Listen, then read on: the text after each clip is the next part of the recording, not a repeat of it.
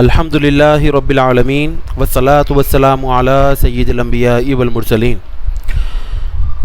حضرت سیدنا فاروق اعظم رضی اللہ تعالیٰ عنہ کا ذکر چل رہا ہے، اور ان کے واقعات میں سے ایک واقعہ میں آپ کو آج سناتا ہوں۔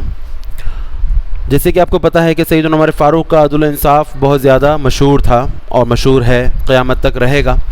تو ان کے ایک عدل و انصاف کا ایک واقعہ آپ یہ سماعت کیجئے۔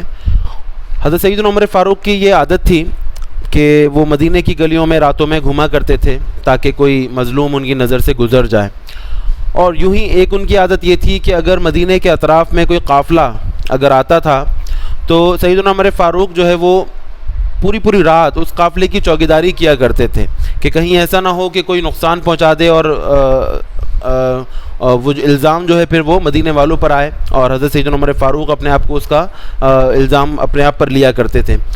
چنانچہ ایک مرتبہ ایسا ہوا کہ ایک قافلہ جو ہے وہ آ کے ٹھہرا، تو حضرت عمر فاروق حسب معمول اس کی چوکیداری کرنے لگے۔ تو وہاں سے جب گزرنے لگے ایک جگہ دیکھا کہ ایک اعرابی دیہاتی وہ اپنے خیمے کے باہر جو ہے وہ اداس بیٹھا ہوا تھا۔ عمر فاروق اس کے پاس گئے اور پوچھا کہ بھائی کیا معاملہ ہے، ایسے کیوں بیٹھے ہوئے ہو؟ اچھا، سیدنا عمر فاروق کی عادت تھی کہ بہت موٹے کھدر کے کپڑے پہنتے تھے، پتہ نہیں چلتا تھا کہ امیر المومنین ہیں، کوئی ان کو اگر دیکھتا تھا تو وہ عام ایک مزدور شخص سمجھتا تھا۔ تو اس اعرابی نے جب دیکھا تو سمجھا کہ کوئی ایسی مزدور آدمی ہے۔ اس نے کہا بھائی قافلے میں آیا ہوں یہاں، اور میری بیوی کے اندر جو ہے وہ حمل کا درد ہو رہا ہے، بچہ ہونے والا ہے، اور کوئی دیکھ بھال کے لیے نہیں ہے، امیر المومنین ہیں یہاں پر، ان کو کوئی فکر نہیں ہے ان کو یہاں پر۔ تو اس طرح کی باتیں کرنے لگا۔ سیدنا امیر المومنین کو جیسے ہی پتہ چلا فوراً الٹے پاؤں واپس گئے اپنے گھر، اور وہاں جا کے اپنی بیوی حضرت سیدنا ام کلثوم کو اٹھایا اور کہا کہ چلو، میرا ایک دوست ہے، اس کے بیوی کے بچہ ہونے والا ہے تو اس کی تیمارداری کرنی ہے۔ فوراً لے کر آئے اور آ کر اس بدو کے پاس، اس اعرابی کے پاس آ کر کہا کہ یہ میری بیوی ہیں، اس کو اپنی بیوی کے پاس جانے دو تو یہ اس کی تیمارداری کرے گی۔ بڑا خوش ہوا وہ، اور اس نے جانے کی اجازت دے دی۔ حضرت ام کلثوم اندر چلی گئیں اور اس کی تیمارداری کرنے لگی۔ حضرت عمر فاروق اس کے برابر میں بیٹھ گئے اور باتیں کرنے لگے۔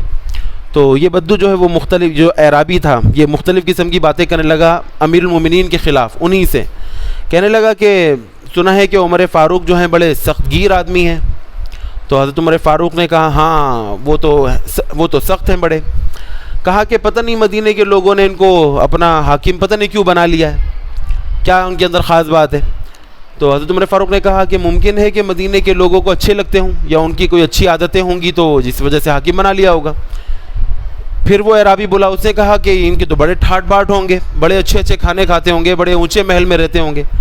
تو یہی باتیں چل رہی تھیں کہ اسی اثنا میں حضرت ام کلثوم نے اندر سے آواز دی کہ یا امیر المومنین، اے امیر المومنین، اپنے دوست کو مبارکباد دیجیے، اس کے یہاں بیٹا پیدا ہوا ہے۔ یہ سننا تھا، اور اس اعرابی کا جو ہے نا وہ رنگ بدل گیا۔ اس کو جب پتہ چلا کہ یہ خود ہی امیر المومنین ہے، ڈر گیا اور معذرت کرنے لگا، معافی تلافی کرنے لگا۔ تو سیدنا عمر فاروق نے فرمایا کہ آپ پریشان مت ہو، جو سید القوم ہوتا ہے، قوم کا جو سید ہوتا ہے وہ ان کا خادم ہوتا ہے، تو آپ پریشان مت ہو، یہ میرا فرض تھا، اور آپ کل میرے پاس میرے گھر پہ آ جانا تو میں اس بچے کا وظیفہ بیت المال سے مقرر کر دوں گا۔ آپ یہ اندازہ کریں کہ اتنا بڑا آدمی، 22.5 لاکھ مربع میل پر حکومت کرنے والا امیر المومنین، دوسرا نبی علیہ السلام کا خلیفہ، اور جنت کی بشارت دیا گیا شخص، اور عجز و انکساری کا عالم کیا ہے کہ ایک بدو ایک اعرابی کے ساتھ زمین پہ بیٹھ کے اپنے ہی خلاف اس سے جو ہیں وہ باتیں سن رہے تھے۔ تو یہ حضرت سیدنا عمر فاروق کا عجز و انکساری کا عالم تھا، اور یہ ان کی شان حکومت تھی۔ اللہ تعالیٰ ان پر رحم و کرم نازل فرمائے۔ سیدی اعلیٰ حضرت 3 اشعار بیان فرماتے ہیں حضرت سیدنا عمر فاروق کی شان کے بارے میں، تو وہ سماعت کیجئے اور تقریر کا میں اختتام کرتا ہوں۔ فرماتے ہیں کہ وہ عمر جس کے اعداء پہ شیدہ سقر، اس خدا دوست حضرت پہ لاکھوں سلام، فارق حق و باطل امام الہدا، تیغ مسلول شدت پہ لاکھوں سلام، ترجمان نبی ہم زبان نبی، جان شان عدالت پہ لاکھوں سلام۔ یکم محرم الحرام سیدنا عمر فاروق کی یوم وفات ہے، یوم شہادت ہے۔ اس دن خاص طور پہ سیدنا عمر فاروق کو ایصال ثواب کیجیے، اور مجھے بھی اپنے دعاؤں میں یاد رکھیے۔ السلام علیکم ورحمۃ اللہ وبرکاتہ۔